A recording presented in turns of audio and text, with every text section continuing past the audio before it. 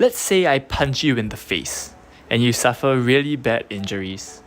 First of all, that's kinda nasty of me, and I probably will be going to jail for that.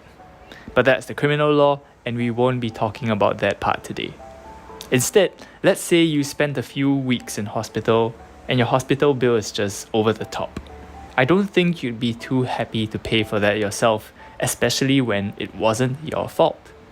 And you're probably thinking something like, hey, he should pay for it because it was his fault that I got into this in the very first place. And that's the idea behind tort law. If I do something wrong and you suffer because of it, I should pay you for all the damage that I cause. And there's two parts to that idea. What counts as something wrong and what counts as damage? First, let's talk about what's considered as wrong in the eyes of tort law. Well, think of some obvious statements which start with you shouldn't. You shouldn't cause physical harm to others. You shouldn't take other people's stuff. You shouldn't fall below the standard of a decent person when doing your job. The law gives a really nice name to these shouldn't statements. It calls them duties. And if I do something that I shouldn't have done, the law calls that a breach of duty. You might then ask, what can the law do if we breach our duties? That falls under the second part of the question. If I breach my duty to you, then the law will have to make me pay for the damage that arises from that breach. Going back to the very same example of me punching you in the face, this probably includes me paying for your hospital bills and any money you lost from being out of work for a while. Now, of course, the law won't make me pay for everything you ask me to pay for, and here are 3 examples where the law is a little more careful with calculating damage. First of all, let's say I punch your face, but it's a really light punch that doesn't hurt you at all. Thing is, just as I punch you, your car sitting in the car park right beside us just explodes. If you try to say, he punched me and then my car exploded, so he should pay for my car, that's just ridiculous, and the law can simply say that I did not cause that damage. Or let's stick with the example of me punching you really lightly. Let's say after I punch you, you develop really bad psychological symptoms like PTSD, and you want me to pay for that. In this case, I definitely caused your PTSD, but the law might say that the type of damage caused was too remote. Finally, let's say that you begged me with utmost sincerity to punch you, and then I punched you. In this case, you totally asked for it, and that's an example of what the law calls a defense for me.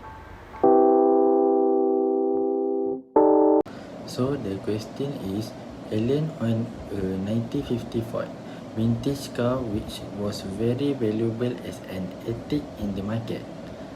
Bully, a well-known gangster, wanted to buy the car from Alan, but Alan refused. Bully then threatened to injure Alan's family if Alan did not enter the contract with him. Alan feared for the safety of his family and sold his car to Bully. In the light of contract law, advise Alan whether the contract for the sale of the car can be challenged and the ground for doing so. Okay, so next I will talk about the issue whether Alan can argue the contract for the sale of the car to Bully, which the explanation will be explained by the next member. The law is referring to Section 14 of Contract Act 1950, which defines free consent. Consent is given freely if it's not caused by coercion, undue influence, fraud, misrepresentation, and mistake.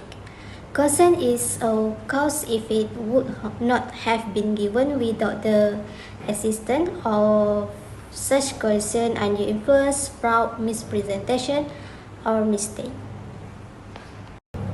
According to Section 15 of Contract Act 1950, coercion is committing of threatening to commit any act forbidden by the penal code or the unlawful detaining or threatening to detain any property to the prejudice of person, whatever, with the intention of causing any person to enter into an agreement.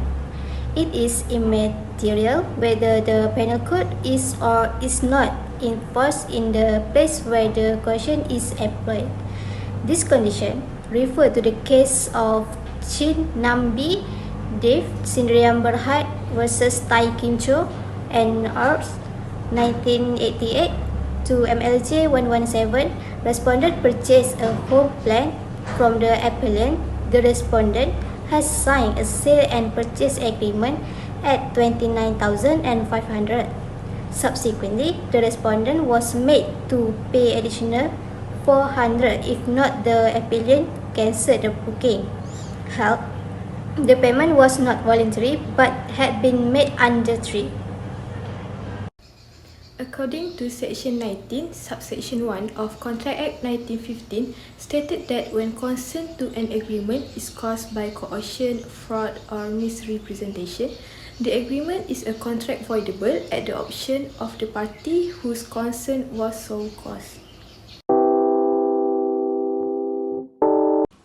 The application of law by applying Section 15 for coercion purpose, the case of Kesama S.O. Lashman Dasby versus Valia Pacheta 1954, which is a party was forced to transfer land but it was done with the consent of 2 Japanese officers.